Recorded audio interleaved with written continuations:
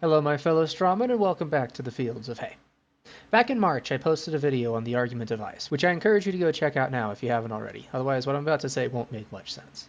Ice is an argument against the existence of God, so it was probably my most controversial and certainly my most viewed video that I've posted so far.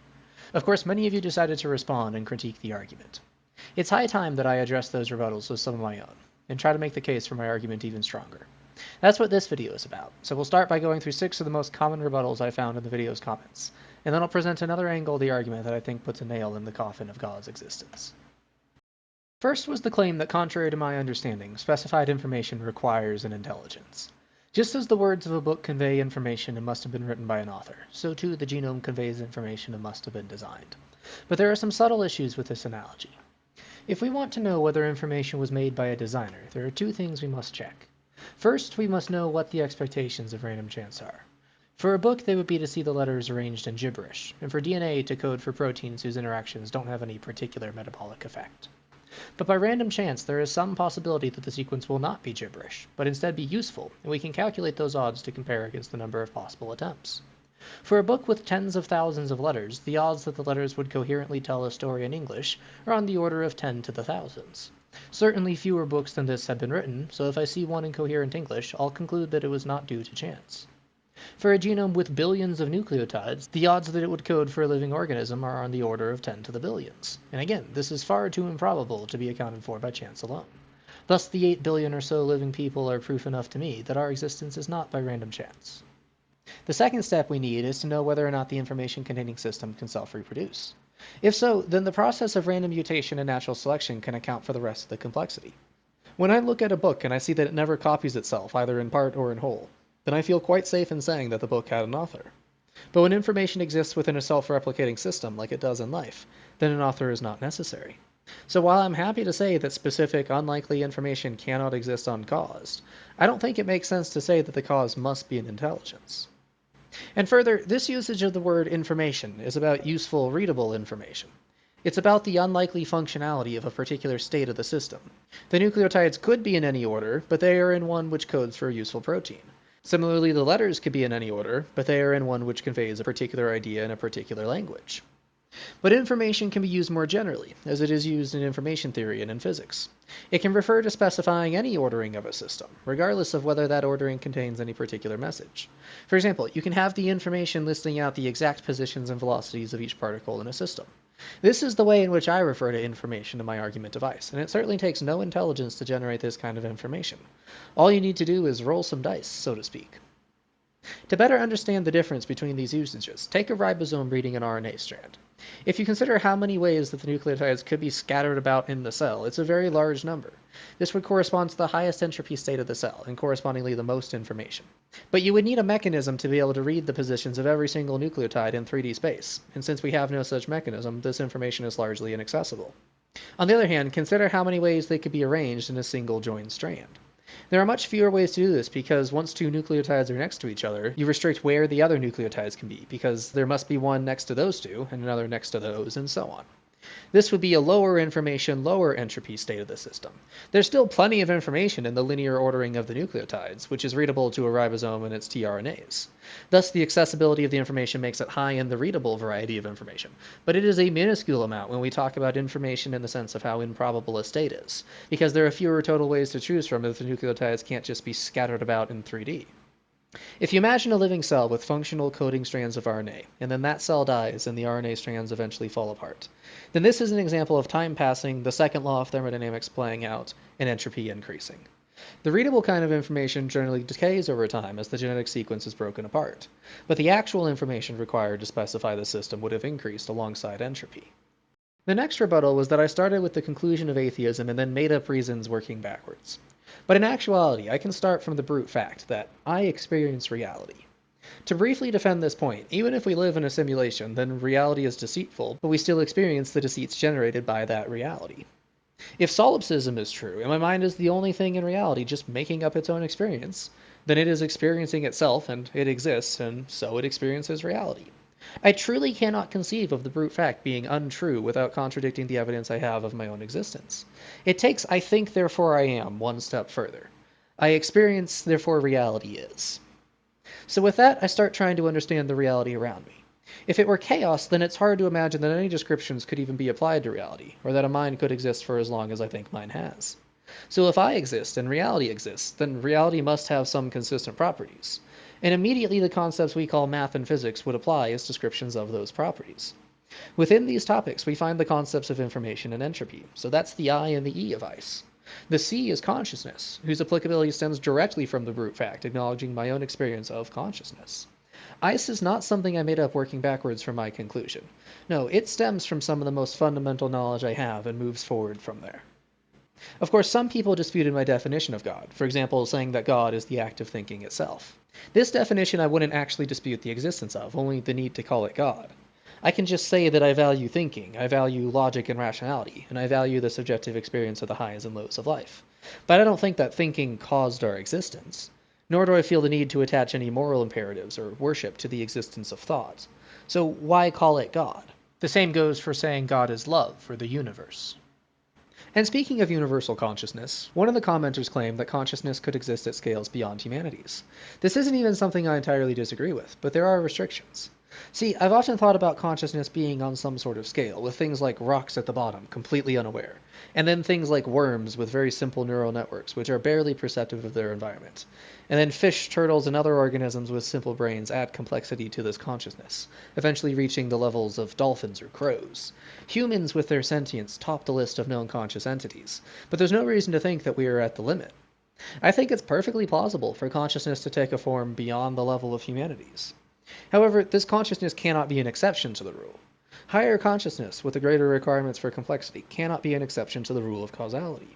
They, even more than our relatively simple consciousnesses, could not exist uncaused. I suppose there could be other possibilities, but the only two ways I can think of such a consciousness coming into being are either through evolution or being designed by an intelligence which itself evolved. The fact is, regardless of how high this consciousness goes, there is no getting around thermodynamics. Physical brains need to be open systems so they can use energy to keep working properly. And by definition, all that exists cannot be an open system. Consciousness could not be an attribute of the entire universe, which is a closed system, nor could it be an aspect of some uncaused creator. Some commenters didn't like my usage of thermodynamics at all. They said it was a category error to apply information and entropy to God. But God is defined as a conscious agent, and I see two key aspects of consciousness. On the one hand is awareness, or subjective experience. Conscious agents, at least as well as I understand them, are aware of their own thoughts and feelings. The second aspect is intelligence, the capacity for decision making. Conscious agents can take in knowledge, consider it against their own values, and come to a conclusion. Were the fundamental being of our universe to be aware but unintelligent, it would essentially be panpsychism. Although I don't particularly believe in it, neither do I know how to rule it out, and it is not this aspect which is the subject of my criticism in ICE. Were the fundamental being of our universe to be intelligent but unaware, it would essentially be a universe computer. But as an uncaused being, it wouldn't have a programmer. This is the aspect that ICE has a problem with. To precisely calculate all that happens in our universe consistently is a complex task and wouldn't just happen without cause. As a conscious being, God would be both aware and intelligent. If we said that God's mind does not think intelligently, and instead was just some fundamental level of being which blindly made the universe, then I don't see how that is any different than just accepting naturalism and saying that we don't know what caused the Big Bang. If we are to call this being God, then its mind ought to be capable of having coherent, intelligent thoughts. Thoughts of which moral instructions to pass down to us, thoughts of judgment, and thoughts of his plan for us. This is where information is intimately tied to consciousness. As I explained earlier, I use information in the same sense as the mathematicians, and in the same sense by which entropy is defined. Entropy and information are directly linked, and information is necessary for intelligence. The concepts of ICE are inseparable. And finally, there were those who claimed that my condition for zero entropy didn't even contradict God's nature because God is divinely simple. God is one, they say, a singular maximal being. In a sense, this is the one statement that could defeat the argument of ICE, if it were true. ICE is an argument against the uncaused existence of a complex mind, but if the mind were not complex, then ICE would not apply. But I deny that the divine mind could be so simple. God is claimed to be able to make moral judgments, intelligently pick out a fine-tuning of our universe, and know the deepest truths about reality. He is claimed to have planned out every aspect of all of existence. How can such a being capable of such thoughts be simple? To be able to comprehend these concepts and make decisions based on them is a complex task, arguably even infinitely complex. The mind which can do so must be equally complex. It is in this claim that I think the fundamental mistake of theism is carried out. God is at once the most wondrous being possible, knowledgeable of all things and supremely intelligent, while also being the most simple being possible. Once you accept this contradiction, any conclusion is possible. With the rebuttals addressed, I'd like to review the argument myself, and then present a fourth and final form of the argument. Premise 1 is that something fundamental must exist. There wasn't really much pushback on this point, and I understand most philosophers agree to it, so it holds. Premise 2 defines the fundamental thing as God, if it is a conscious agent. Although other people have different definitions of God, those points can each be addressed on their own, and my definition can hold within this argument. Premise 4 is that consciousness must contain information, and therefore not be of zero entropy. Here there was pushback, but as I've addressed, this holds regardless of whether God's nature is material or immaterial.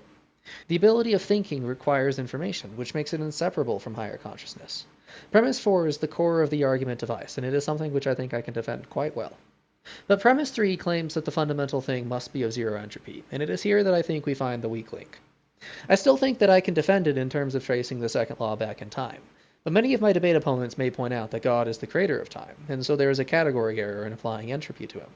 And as much as I want to dispute this, I do need to recognize that since I take it as a brute fact that I experience reality, it's dangerous to even try to come up with an explanation of why reality exists, because it will necessarily be ad hoc. So for the sake of simplifying my argument, I tried to think of a way to trim out the entropy bit, and modify the fourth premise accordingly. And oh boy, did I find something interesting. In my previous video, I've put the argument 3 different ways. I started with a layman's explanation of the key concepts and how they fit together. Then I gave the historical version of how I progressed from asking a question to having 2 layers of steelman form the argument device I presented. Finally, I gave the syllogism.